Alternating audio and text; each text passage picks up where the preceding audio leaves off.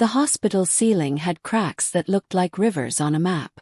I had been staring at them for 3 days now. Each crack told a story. Each one led somewhere. But none of them led to my son. Before we proceed, thank you for watching Granny's narrative.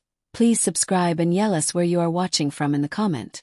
My name is Catherine Moore and I am 68 years old. 3 weeks ago I became rich beyond my wildest dreams. 2 weeks ago I was in a car accident that should have killed me. And today I realized that my only child might want me dead. Let me start from the beginning because the beginning is where everything went wrong. Or maybe it went right. I'm still trying to figure that out. My uncle Edward died at 94 years old. He was my father's older brother and he never married. Never had children. Spent his whole life building a shipping business that stretched across 5 states. The family always joked that Uncle Edward loved his cargo ships more than he loved people. Turns out we were right. I had not seen Uncle Edward in 10 years. He lived in Seattle and I lived in Boston. We exchanged Christmas cards. That was the extent of our relationship. So when his lawyer called me on a Tuesday morning in March, I thought maybe he had left me his collection of model ships. Uncle Edward built model ships. Hundreds of them. I figured I would get 1 or 2 as a keepsake. The lawyer's name was Thomas Webb. He asked me to come to his office. Said it was urgent. Said it concerned Uncle Edward's estate. I went because I had nothing else to do that day. I am retired. I was a school teacher for 40 years. Taught 3rd grade. I liked my life. It was simple. Quiet. Thomas Webb's office was in a building downtown that made me feel poor just walking through the lobby. Everything was marble and glass and modern art that looked like someone had thrown paint at a canvas and called it genius. His secretary offered me coffee in a cup that probably cost more than my weekly grocery budget. "Mrs. Moore," Thomas said when I sat down across from his massive desk. "Thank you for coming. I have some significant news about your uncle's estate." He nodded, waited, wondered which model ship would fit best on my mantle.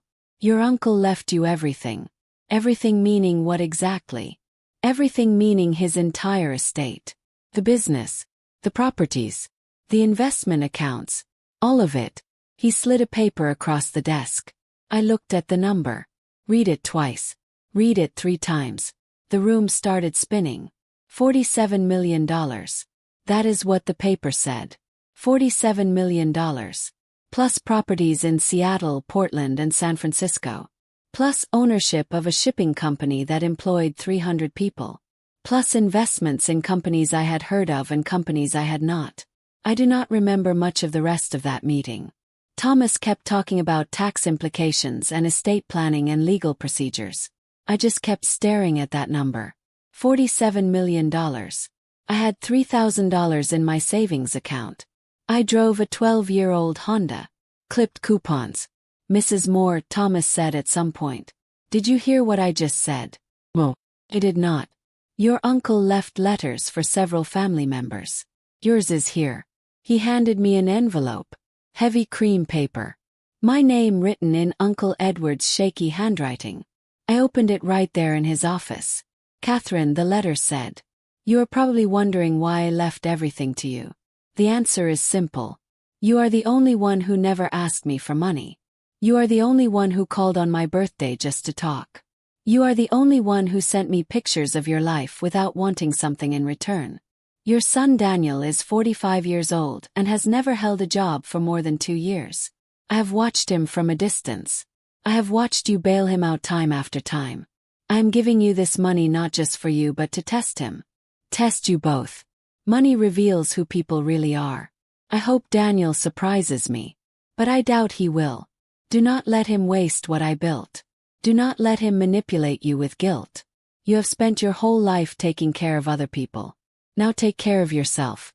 I read that letter 4 times before I left Thomas's office. Uncle Edward had been watching. He had been taking notes. He had been making judgments about my family. About my son. About me. The drive home took forever. I kept thinking about Daniel. My beautiful boy who had grown into a man I barely recognized anymore. He was 45 and still asking me for money. still blaming the world for his problems, still waiting for success to find him instead of going out to find it himself. But he was my son, my only child. His father died when Daniel was 12. I raised him alone, worked 2 jobs to put him through college, sacrificed everything to give him opportunities one never had. And I loved him. God help me, I loved him so much that I made excuses for every failure, every bad decision, every time he let me down. I decided I would tell Daniel about the inheritance in person, face to face, mother to son. I wanted to see his reaction. I wanted to believe that Uncle Edward was wrong about him. I wanted to believe that my son would be happy for me, that he would celebrate this blessing with me instead of immediately calculating what it meant for him. I called Daniel that afternoon. He was busy, always busy, working on some new business idea that would make him rich. I asked if I could come by his apartment. He said tomorrow would be better. He had a meeting with investors, he said. It was always investors or partners or opportunities that never quite materialized into actual money. Fine. Tomorrow then. That night I could not sleep. I kept thinking about $47 million. About what it meant. About how my life was about to change. I thought about traveling. I had never been to Europe. I thought about finally fixing my roof. I thought about donating to the school where I used to teach. They always needed supplies. But mostly I thought about Daniel. About Uncle Edward's warning. About the test that was coming whether I wanted it or not. The next morning I drove to Daniel's apartment. It was in a part of town that tried to look upscale but was really just old buildings with new paint. Daniel rented a 1-bedroom on the 3rd floor. I had helped him with the deposit, just like I had helped him with his car payment last month, and his credit card bill the month before that. I knocked on his door, waited, knocked again, finally heard movement inside. Daniel opened the door wearing sweatpants and a t-shirt that had seen better days. His hair was messy. His eyes were tired. He looked like he had just woken up even though it was 11 in the morning. What are you doing here? Called you yesterday. Remember? I said I needed to talk to you. But, come in. His apartment was a mess. Dishes in the sink.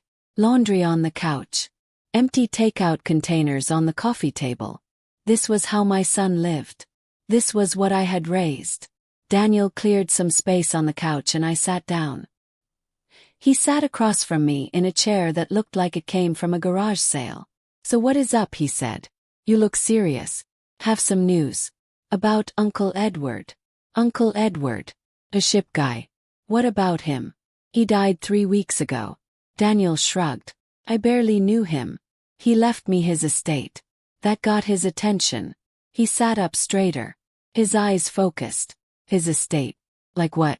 His model ship collection. Like everything. His business. His properties. His money. How much money? Took a breath. $47 million. The room went completely silent. Daniel stared at me. His mouth opened. Closed. Opened again. 47 million. Holy. That is incredible. That is, wow. I mean, 47 million. Do you know what this means? And there it was. The question I had been dreading. Not congratulations, Mom. Not I am so happy for you, Mom. But do you know what this means? Because to Daniel it meant something for him. Not for me. It means I am financially secure for the rest of my life. But, of course. But I mean, we are financially secure. You and me. We are family. This is family money now. He had said we. As if the inheritance was already his. As if my good fortune was automatically his good fortune. As if Uncle Edward had left the money to both of us instead of just to me. Daniel, this money was left to me. To me specifically. But you are my mom. What is yours is mine. But that is how family works. No, I said slowly. That is not how family works. That is how children think. You are 45 years old. His face changed. The excitement vanished. Something harder took its place. I see how it is. I am just supposed to be happy for you while you sit on $47 million, and I am over here struggling to keep my business ideas afloat. Your business ideas fail because you do not put in the work. You jump from thing to thing expecting instant success. That is not fair. Daniel, I have given you money dozens of times. Hundreds of times. I have bailed you out of bankruptcy. I have paid your rent. I have covered your debts. And you have never paid me back. Not once. 'Cause I was going to. When my businesses took off. You know that. Your businesses never take off because you do not commit to anything. You get excited and then you quit when it gets hard. He stood up. Started pacing. This was Daniel's pattern. When confronted with truth, he got angry. Defensive. Turned himself into the victim. Cannot believe you are doing this. I cannot believe that after everything we have been through, after Dad died and it was just us, you are gonna act like I am some kind of burden. I never said you were a burden. But that is what you think. That is what you have always thought. I stood up too. Enough, Daniel. I came here to tell you about the inheritance because you are my son and I wanted you to know. But I am not giving you control over it. I am not letting you make decisions about how I spend it. This is my money. He looked at me like I had slapped him. Then his expression shifted again. Became calculating. Fine. If that is how you want it. But just so you know, I just got married. I got married 2 months ago. Her name is Rachel. You are going to love her. This was news. Daniel had not mentioned dating anyone. Had not mentioned being in a relationship. Had not invited me to a wedding. You got married and did not tell me. It was small. Just us and a judge. We did not want a big thing. Who is Rachel? Where did you meet her? At a networking event. She works in finance. She is amazing. Really smart. Really beautiful. I was going to introduce you guys this week actually. Something felt wrong. Very wrong. Daniel gets married suddenly and tells me about it 5 minutes after learning about $47 million. That was not a coincidence. I would like to meet her. Great. How about tomorrow? Lunch. The 3 of us. Fine. Tomorrow. I left his apartment feeling like I had just walked through a minefield. Every instinct I had was screaming that something was wrong. That Daniel's sudden marriage was connected to the inheritance somehow. But I did not want to believe it. I did not want to believe that my son would use his own wife as a weapon to get my money. The drive home took me past the elementary school where I used to teach. I pulled into the parking lot. Sat there looking at the building. Remembered the years I spent there. The children I taught. The parents I met. The simple joy of helping kids learn to read and write and solve math problems. That life felt very far away now. That life was before $47 million. Before my son got married without telling me. Before Uncle Edward's test began. My phone rang. It was a number I did not recognize. Hello, Mrs. Moore. This is Amanda Chen from Boston Trust and Financial Services. I am calling about some unusual activity regarding your recent inheritance. What kind of unusual activity? Someone has been making inquiries about your uncle's estate. Specifically about the probate timeline and when funds will be available for transfer. These inquiries began before your uncle's death was publicly announced. My hands went cold. Who made the inquiries? A law firm called Bennett & Associates. They specialize in estate planning and asset protection. Do you know anyone at this firm? Well, I have never heard of them. Mrs. Moore, I would not normally call about something like this, but the timing concerns me. These inquiries suggest someone had advanced knowledge of your inheritance and has been planning for it. After I hung up, I sat in that parking lot for another 20 minutes, trying to make sense of what Amanda had told me. Someone knew about the inheritance before I did. Someone had been planning. Someone had been preparing. And then Daniel suddenly gets married to a woman who works in finance. Well, I was being paranoid. Daniel might be irresponsible, but he would not. He could not. But Uncle Edward's letter echoed in my mind. Money reveals who people really are. That night I called Thomas Webb, the lawyer handling Uncle Edward's estate. Thomas, I need you to look into something for me. What is it, Mrs. Moore? Can you find out if anyone has been asking questions about the estate? Before it was public knowledge. I heard papers shuffling on his end. Actually, yes. I have notes here about inquiries that came in the week before your uncle passed. Someone wanted to know about the estate structure, the beneficiaries, the timeline for distribution. A lawyer named Marcus Bennett. He said he was doing preliminary research for a client. I did not give him any information because he had no legal standing to request it. But he was quite persistent. Marcus Bennett. From Bennett and Associates. How did you know? I need you to find out everything you can about Marcus Bennett and his firm. Who they represent. What kind of cases they handle. Everything. Mrs. Moore, is something wrong? I think my son might be trying to steal my inheritance. Saying it out loud made it real. Made it terrifying. Made me realize that I might be in actual danger. I will look into it, Thomas said. In the meantime, I strongly suggest you do not make any changes to your will or beneficiary designations until we understand what is happening. Too late. Daniel was listed as my primary beneficiary on everything. My life insurance. My retirement accounts. My bank accounts. If something happened to me, he would get whatever I had left. Which now was $47 million. That night I barely slept. Every sound in my house felt like a threat. Every shadow looked like someone watching. By morning I had convinced myself I was being ridiculous. Daniel was my son.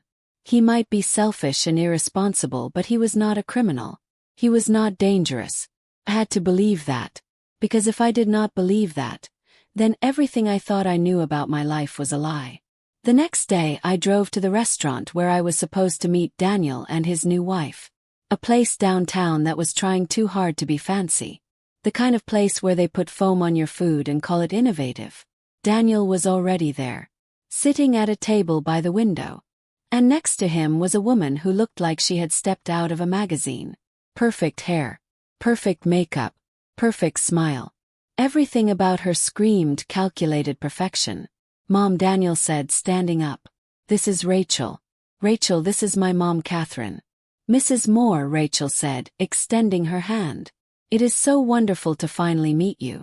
Daniel has told me so much about you. Her handshake was firm. Professional. The handshake of someone who had practiced it. Her smile never reached her eyes. Please call me Catherine. And congratulations on your marriage. I wish I had known about it sooner. Rachel laughed. Sound like wind chimes. Oh, you know Daniel. He is so spontaneous. We just fell so hard and so fast that we could not wait. Right, honey? She put her hand on Daniel's arm. He smiled at her. But there was something in his eyes. Something uncomfortable. We sat down. Ordered drinks. Made small talk. Rachel asked about my teaching career. Asked about my life. Asked very specific questions about my house, my car, my plans for retirement.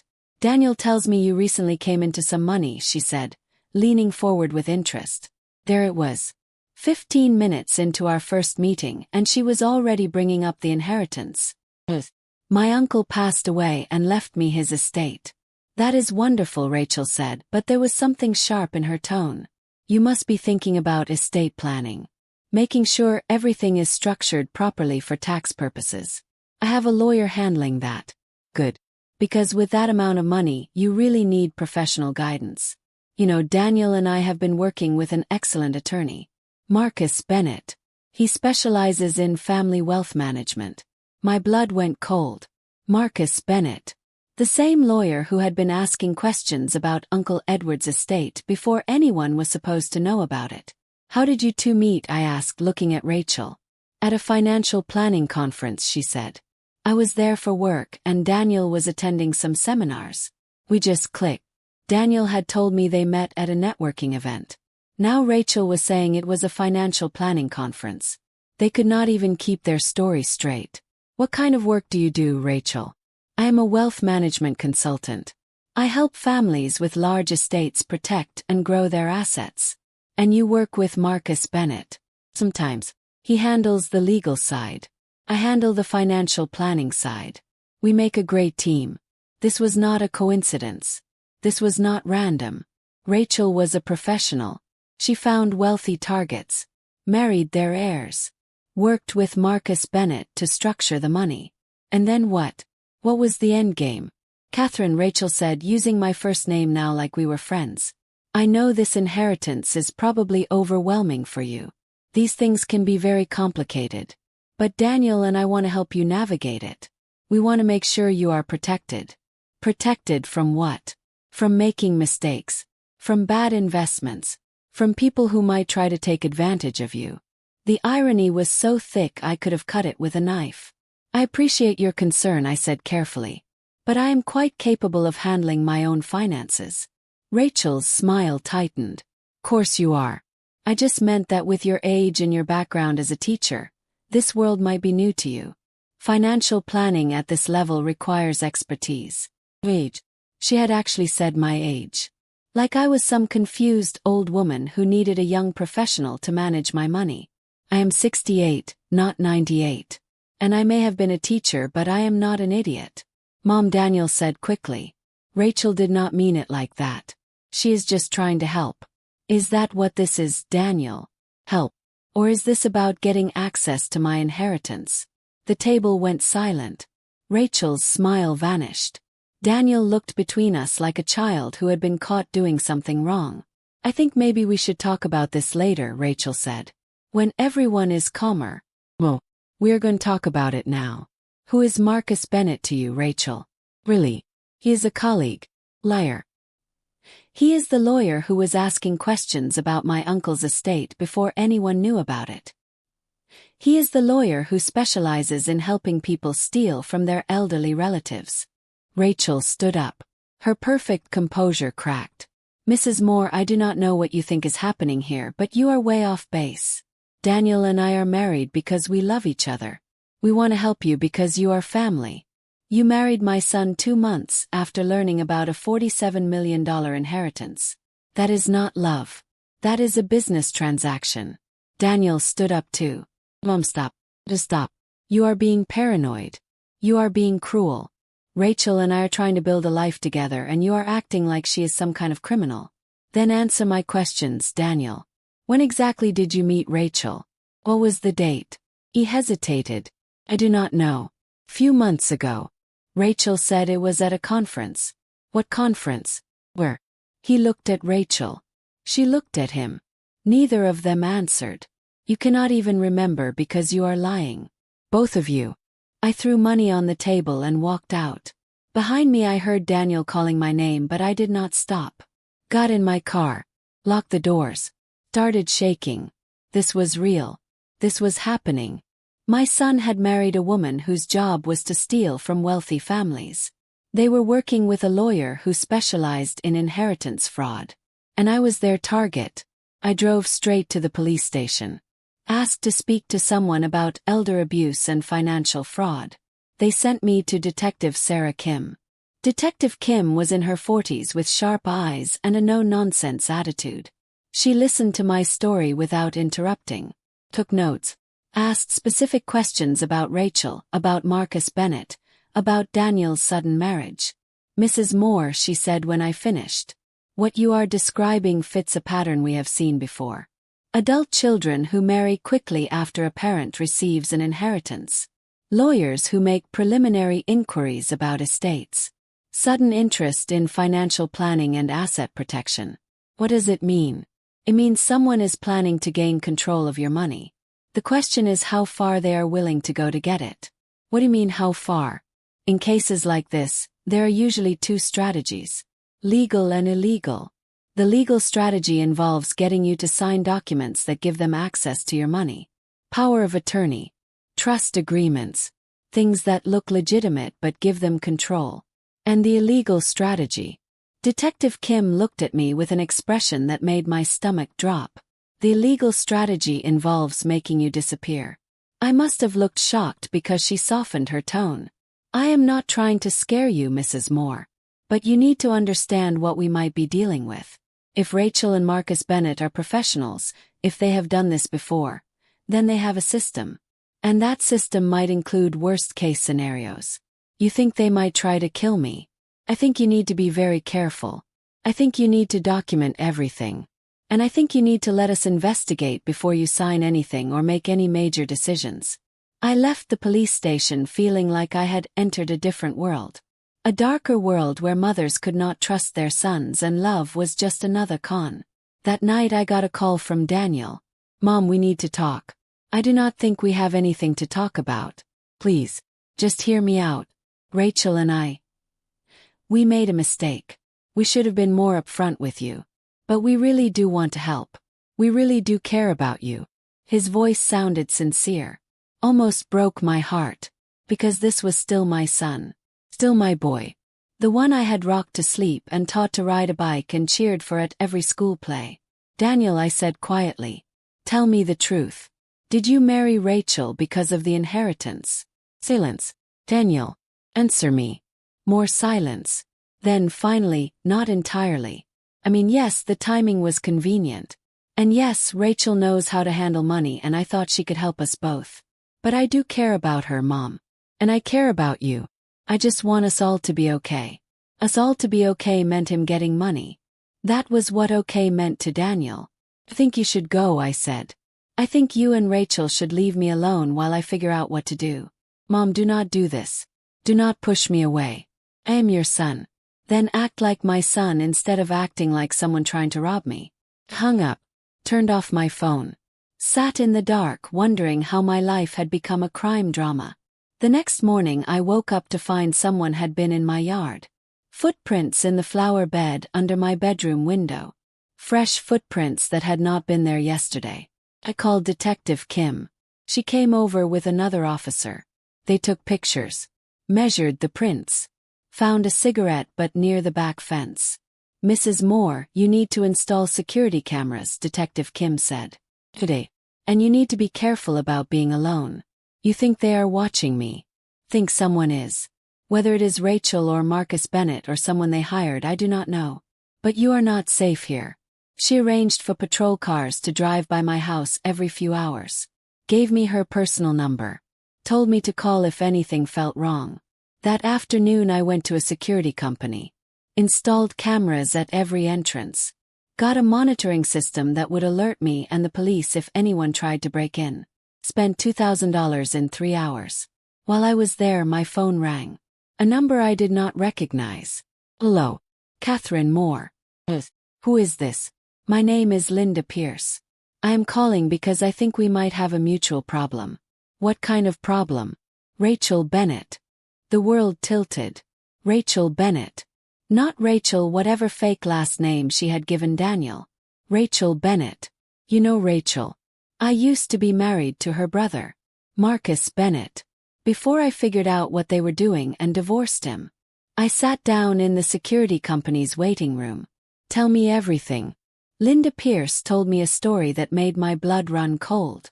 Rachel and Marcus Bennett were siblings. They ran a business together. A very specific, very illegal business. They targeted wealthy, elderly people through their adult children. Rachel would seduce the heir. Marry them quickly. Marcus would handle the legal paperwork. Then they would either convince the elderly person to sign over their assets, or they would arrange for the person to die in an accident. How many people have they done this to? I asked. At least 8 that I know of. Probably more. They are very good at making it look natural. Heart attacks, false, medication errors. Things that happen to old people all the time. Why are you telling me this? Because my mother was one of their victims. She died 3 years ago in what the police called an accidental fall down her basement stairs. But I know it was not an accident. I know Rachel pushed her. I just could not prove it. Linda. I'm so sorry. Do not be sorry. Be careful. And help me stop them before they kill someone else. We talked for another hour. Linda told me everything she knew about Rachel and Marcus. Their methods. Their patterns. The other families they had destroyed. By the end of the conversation, I knew exactly what I was dealing with. My son had married a professional killer. And I was her next target. That night I made a decision. I was not going to be a victim. I was not going to make it easy for them. And I was going to protect the other families that might come after me. I called Detective Kim and told her about Linda Pierce. About the other victims. About the pattern of deaths that followed wherever Rachel and Marcus went. Mrs. Moore, this changes everything, Detective Kim said. If we can prove they have done this before, we can build a case. But we need evidence. We need documentation. We need you to help us catch them in the act. What do you want me to do? Tomorrow Rachel is going to call you. She is going to apologize for the lunch. She is going to offer to help you again. I want you to say yes. I want you to agree to meet with Marcus Bennett. And I want you to wear a wire. I had never worn a wire before. Never thought I would need to. But the next morning when Rachel called, exactly like Detective Kim predicted, I was ready. Catherine, Rachel said in a voice dripping with fake warmth. I'm so sorry about yesterday. I think we got off on the wrong foot. Can we try again? I would like that, I lied. Wonderful. How about you come to Marcus's office tomorrow? Just to hear what he has to say about estate planning. No pressure. No commitment. Just information. That sounds fine. The next day I went to Marcus Bennett's office wearing a wire taped to my chest. Detective Kim and 2 other officers were in a van parked down the street. My heart was pounding so hard I was sure everyone could hear it. Marcus Bennett's office was everything I expected. Expensive furniture. Impressive diplomas on the wall. A view of the city that cost more than most people made in a year. Mrs. Moore, Marcus said, shaking my hand. Thank you for coming. I know things got a bit tense at lunch the other day. I want to assure you that Rachel and Daniel only have your best interests at heart. Course they do, I said, playing my part. He gestured for me to sit. Rachel was already there, sitting on a leather couch like she owned the place. Daniel was not there. They had not invited him. Interesting. Catherine, I have been reviewing your situation, Marcus said. And I have some concerns about how your estate is currently structured. What kind of concerns? With $47 million, you are vulnerable. Vulnerable to lawsuits. Vulnerable to creditors. Vulnerable to family members who might contest your will after you pass. I do not have any creditors. And Daniel is my only family member. Exactly. And right now, if something happened to you, Daniel would inherit everything. But there would be massive estate taxes. We are talking about losing almost half of that money to the government. That did sound bad. That was the point. They were using my lack of financial knowledge against me. What do you suggest? Trust. Specifically, a trust that puts Rachel and me as co-trustees with Daniel. That way the 3 of us can manage the money together. Make smart investments. Protect the assets from taxes and legal challenges. And I would still have control. Course. You would retain what we call beneficial interest. You could use the money however you wanted.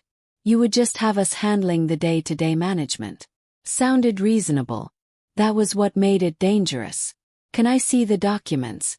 Marcus pulled out a thick folder. Handed me papers that looked legitimate. Legal language I did not understand. Signature lines at the bottom. Rachel leaned forward. Catherine, I know this is overwhelming. But trust me, this is the best way to protect everything. Not just for you but for Daniel. For our future children. For the whole family. Our future children. She was already planning a life with Daniel using my money. I flipped through the pages. Pretended to read. The wire under my blouse was recording everything. There is one other thing we need to discuss, Marcus said. His tone changed. Became more serious. What is that? Your health. At your age, we need to plan for the possibility that you might become incapacitated. Dementia. Alzheimer's. Stroke. If any of those things happen, someone needs to have the authority to make financial decisions on your behalf. And you think that should be Daniel? Actually, I think it should be Rachel and me. Daniel is not financially sophisticated. But Rachel and I are. We know how to handle large sums of money. We know how to protect assets even if you become unable to communicate your wishes. This was it. This was the trap. If I signed these documents, they would have complete control over my money the moment they could convince a doctor I was mentally incompetent. I need to think about this, I said. Marcus smiled. But it was not a friendly smile.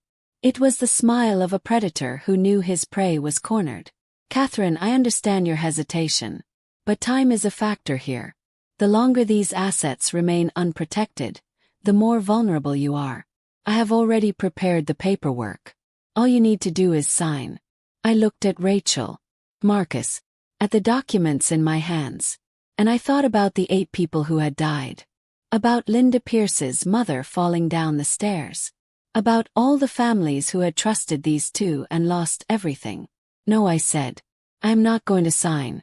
The room went cold. Mrs. Moore, Marcus said slowly. I think you are making a mistake. That is my choice to make. Rachel stood up.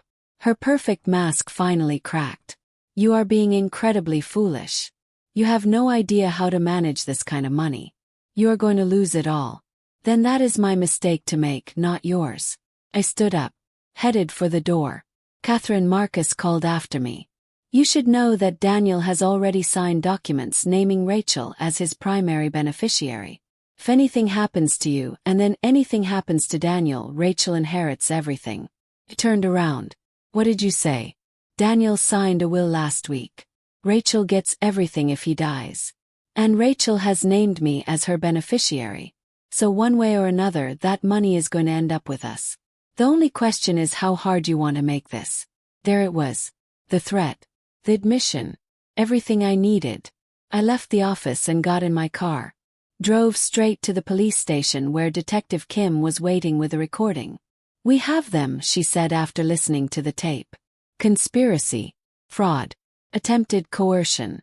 And that comment about one way or another gives us enough to investigate them for the previous deaths. But I need one more thing from you, she continued. I need you to go back. Tomorrow. Tell them you changed your mind. Tell them you want to sign the documents. And let us catch them actually committing fraud. You want me to walk back into that office knowing they might kill me. We will have officers everywhere. You will never be alone with them. But we need them to actually file false documents. We need them to take that final step so we can arrest them and make the charges stick. Thought about it.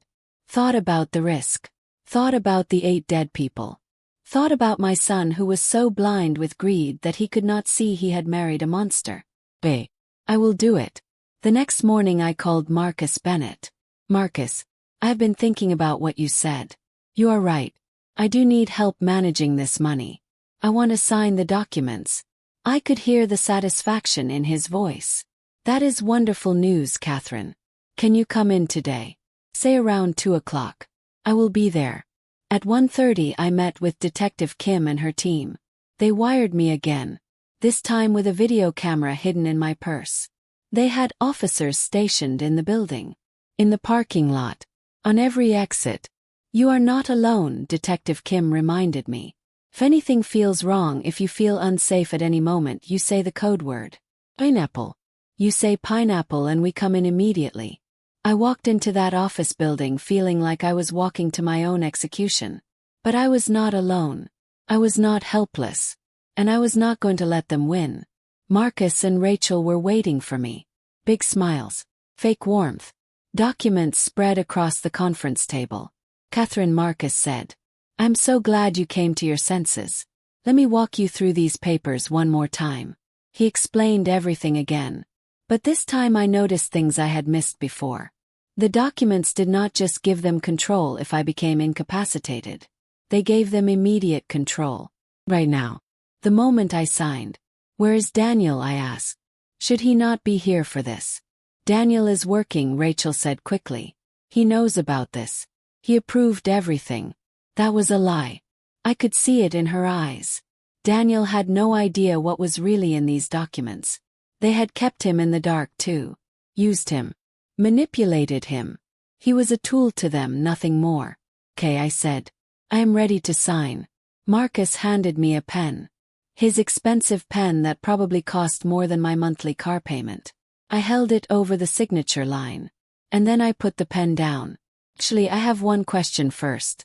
Marcus's smile tightened. What is that? How many other people have you done this to? Excuse me. How many other families have you stolen from? How many people have died so you too could get rich? Rachel stood up. Mrs. Moore, I do not know what you think you know, but you are confused. What about Linda Pierce? What about her mother who fell down the stairs? What about the Johnson family in Connecticut? The Martinez family in Florida? The 8 families that you have destroyed over the last 5 years? Marcus stood up too. Both of them were tense now. Defensive. Those are serious accusations, Marcus said. Accusations you cannot prove. Actually, I can. 'Cause you just tried to do it to me. And I recorded everything. I pulled the recording device out of my purse. Held it up so they could see it. The room exploded. Rachel lunged for me. Marcus grabbed his phone. But the door burst open and Detective Kim came in with 4 officers. Marcus Bennett. Rachel Bennett. You are under arrest for conspiracy to commit fraud, attempted grand theft. And we are investigating you for multiple counts of murder. They put handcuffs on both of them. Read them their rights. Rachel was screaming. Marcus was silent, cold, calculating until the end. Detective Kim turned to me. Mrs. Moore, are you all right? I'm fine. But I need to see my son. Daniel was at his apartment. I went there with Detective Kim because I did not trust myself to be alone with him. Did not trust what I might say or do. He opened the door looking confused. What are you doing here? And why is there a cop with you? Can we come in, Daniel? We sat in his messy living room. And I told him everything. About Rachel's real identity. About Marcus. About the 8 families. About the plan to steal my money and probably kill me. About how he had been used. Daniel's face went through every emotion. Denial. Anger. And finally shame. Mom, I did not know. I swear I did not know. But you suspected something was wrong. You knew she was interested in the money. You knew Marcus was asking questions he should not have been asking. And you ignored it because it benefited you. He started crying. My 45-year-old son sitting on his garage sale chair crying like the little boy he used to be. I'm so sorry. I'm so sorry, Mom. Messed up. I messed up everything. I always mess up everything. Yes, I said. You do. And this time you almost got me killed. No. We sat there in silence. Detective Kim excused herself. Gave us privacy. Left us alone with 45 years of history and one massive betrayal between us. Daniel, I said finally. I have spent your entire life making excuses for you. Bailing you out. Protecting you from consequences. And I realize now that I did not help you. Hurt you. I taught you that you could fail and Mom would fix it. I taught you that your choices did not matter because I would always be there to clean up your mess. Mom, do not blame yourself for this. I am not blaming myself for your choices. But I am taking responsibility for mine. I enabled you. And that ends now.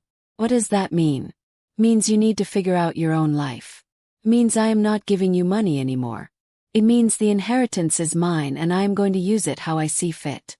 And it means you need to decide what kind of man you want to be. Because the man you are right now almost helped murder his own mother. A sob. Big, ugly sobs that shook his whole body. I do not know how to fix this, he said. You start by telling the truth. You start by cooperating with the police. You tell them everything you know about Rachel and Marcus. And then you start building a life based on who you really are instead of who you wish you were. Over the next few weeks, the truth about Rachel and Marcus Bennett came out. They had been running their scheme for 7 years. 11 victims total, not 8. 11 families destroyed. 9 people dead under suspicious circumstances. 2 others placed in nursing homes where they died within months. Daniel testified against them. Told the police everything. How Rachel had approached him at a conference just days after Uncle Edward died. How she had seduced him with promises of a better life. How Marcus had coached him on what to say to me. How they had made him believe he deserved my inheritance. The trial took 6 months. I sat through every day of it. Watched as prosecutors laid out the evidence. Watched as victims' families testified about their losses. Watched as Rachel and Marcus showed no remorse. No guilt. Nothing but cold calculation. The jury found them guilty on all counts. Murder. Fraud. Conspiracy. Elder abuse. The judge sentenced them both to life in prison without possibility of parole. Justice served, the judge said. But justice does not bring back the people you killed. Justice does not heal the families you destroyed. After the sentencing, Daniel and I stood outside the courthouse. It was a beautiful spring day. Warm sun, blue sky, birds singing. The kind of day that made you grateful to be alive. Mom, Daniel said, "What happens now? Now we both figure out how to live with what happened. Can you ever forgive me?" I looked at my son. My complicated, broken, 45-year-old son who had almost cost me my life. "I already forgive you, Daniel. But forgiving you does not mean trusting you. Trust has to be earned. How do I earn it back? You live differently. You work honestly. You stop waiting for life to hand you success. You become the kind of man your father would have been proud of."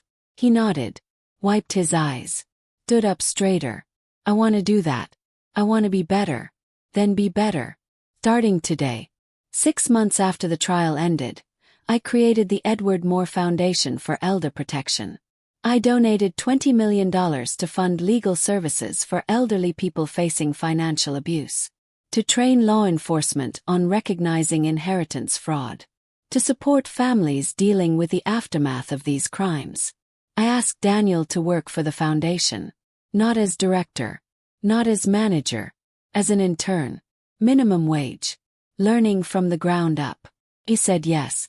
He showed up every day, did the work nobody else wanted to do, filed papers, answered phones, made copies, learned what it meant to earn something instead of expecting it.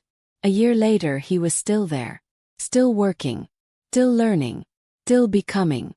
We have lunch once a week now. Nothing fancy, just sandwiches in the park near the foundation office. We talk about his work, about the families we are helping, about the progress he is making. We do not talk about Rachel. We do not talk about the money he thought he would inherit. We do not talk about the man he used to be. Instead, we talk about the man he is becoming. The slow, hard work of transformation. The daily choice to be better than yesterday. Is it enough? Is it redemption? I do not know. Maybe redemption is not a destination you arrive at. Maybe it is a direction you walk in for the rest of your life. I am 70 years old now. I have $27 million left after donations and legal fees and foundation funding. More money than I will ever spend. More money than I ever wanted. But I also have something more valuable. Have clarity. Have purpose. I have the satisfaction of knowing that Uncle Edward was right about money revealing who people really are. It revealed that my son was weak, but also that he was capable of change. It revealed that some people are predators, but also that there are good people who fight to protect the vulnerable. It revealed that I was stronger than I ever knew, strong enough to face danger, strong enough to fight back, strong enough to survive. Uncle Edward wrote in his letter that he was giving me this money as a test. Test for me and for Daniel. I think we both failed in different ways. And I think we both passed in ways he never expected. The money did not make Daniel a better person. But losing everything he thought he was entitled to finally forced him to become one. The money did not make me happy. But it gave me the resources to protect other people from the pain my family went through. And maybe that is enough. Maybe that is the real inheritance. Not the money itself, but what you choose to do with it. Who you choose to become because of it. I still live in my same house. Still drive my same car. Still clip coupons out of habit even though I do not need to anymore. Some things do not change just because your bank account does. But some things do change. I sleep better now. I trust my instincts. I do not make excuses for people who do not deserve them. I do not confuse love with enabling. And I have a relationship with my son. Not the relationship I always wanted. Not the relationship I imagined when he was born and I held him in my arms and dreamed of his future. But a real relationship. Built on truth instead of fantasy. On respect instead of obligation. Daniel called me yesterday. Asked if I wanted to have lunch. Said he had something to tell me. We met at our usual spot in the park. He looked different. Older. More settled. Like he had finally grown into his own skin. Mom, he said. Got promoted. The foundation board made me program coordinator. I will be working directly with families now. Helping them navigate the legal system. supporting them through the process. I felt tears in my eyes. Tears of pride, of relief, of something that felt like hope. "That is wonderful, Daniel. You earned it." "I know," he said. "And that feels better than anything I ever got handed to me." We ate our sandwiches, watched people walk by, enjoyed the sunshine and the simple pleasure of being together without tension or hidden agendas. "There is something else," Daniel said. "I've been seeing a therapist, working through a lot of stuff, understanding why I made the choices I made, taking responsibility for my actions." "How is that going?" "Hard.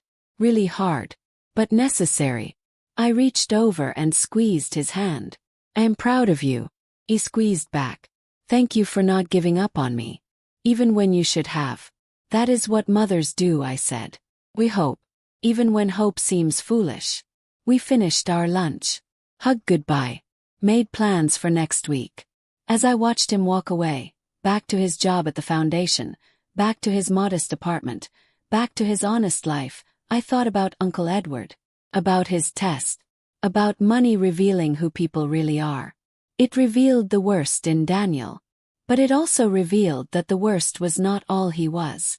That underneath the entitlement and the greed was a person capable of growth, change, of becoming better. It revealed monsters in Rachel and Marcus. People who saw other humans as nothing more than resources to exploit. Who felt no guilt about destroying lives for profit. But it also revealed heroes. Detective Kim, who fought to protect me. Linda Pierce, who warned me even though it meant reliving her own trauma. Thomas Webb, who investigated when something felt wrong. And it revealed something about me. That I was not the soft, naive woman my son thought I was. That I was not the easy victim Rachel and Marcus expected. That 68 years of living had taught me strength I never knew I had. The inheritance changed my life. But not in the way anyone expected. Did not make me rich. I was already rich in the ways that mattered. Made me clear. Made me purposeful. Made me fight. And sometimes that is what money is really for. Not to make life easy, but to reveal what you are really made of when everything is on the line. I drive past the elementary school sometimes. The one where I taught third grade for 40 years. I think about the children I taught. About the simple joy of helping someone learn something new. About the life I had before $47 million. That life was good. But this life is good too. Different. Harder in some ways. But more meaningful. Because now I am not just teaching children to read. I am teaching families how to protect themselves. How to recognize predators. How to fight back when someone tries to steal their future. I am teaching my son how to be a man. Finally. After 45 years of teaching him the wrong lessons. And I am teaching myself that love does not mean accepting bad behavior. That being a good mother sometimes means being a tough mother. That the greatest gift you can give someone is not money or opportunity but the chance to earn their own dignity. Uncle Edward would be proud, I think. Not because I kept all his money. But because I used it to become the person he always believed I could be. The person who did not need $47 million to be complete. But who used it to make other lives more complete. The person who survived betrayal and came out stronger. The person who loved her son enough to let him fail. And loved him enough to help him rise again. That is the real inheritance. Not the money in the bank. But the wisdom to know what really matters when everything else is stripped away. And I am grateful. Grateful for the test. Grateful for surviving it. Grateful for the second chance to build a life based on truth instead of illusion. My son's new wife tried to kill me for money. But she failed. And in failing, she gave me something she never intended. She gave me freedom. Freedom from enabling. Freedom from false hope. Freedom to see clearly and act accordingly. She gave me purpose. The purpose of protecting others from predators like her. And she gave me back my son. Not the son I always made excuses for. But the real son. The one who had to hit bottom before he could finally start climbing up. Some people might say I should have seen it coming. Should have known that Daniel's sudden marriage was suspicious. Should have protected myself better. But I think the truth is more complicated than that. I did see warning signs. But I wanted to believe in my son more than I wanted to believe the evidence. I wanted to think that this time would be different. That this time he had finally found his path. That is not naivety. That is love. And love makes us vulnerable. But it also makes us human. The key is knowing when love has to get tough. When protection has to override hope. When the kindest thing you can do is let someone face the consequences of their choices. I learned that lesson at 68 years old. Later than I should have. But not too late. And now I spend my days making sure other people learn it sooner. Making sure other families do not have to go through what we went through. Making sure predators like Rachel and Marcus are stopped before they destroy more lives. It is not the retirement I planned. But it is the retirement I needed. I am Catherine Moore. I am 70 years old. I inherited $47 million. My son's new wife tried to kill me for it. And I survived to tell the story.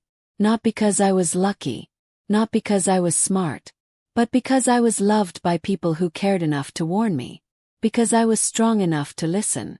And because when I had to choose between being a victim and being a fighter, I chose to fight. That is my inheritance. Not the money. But the strength, the clarity, purpose. And that is worth more than $47 million could ever be.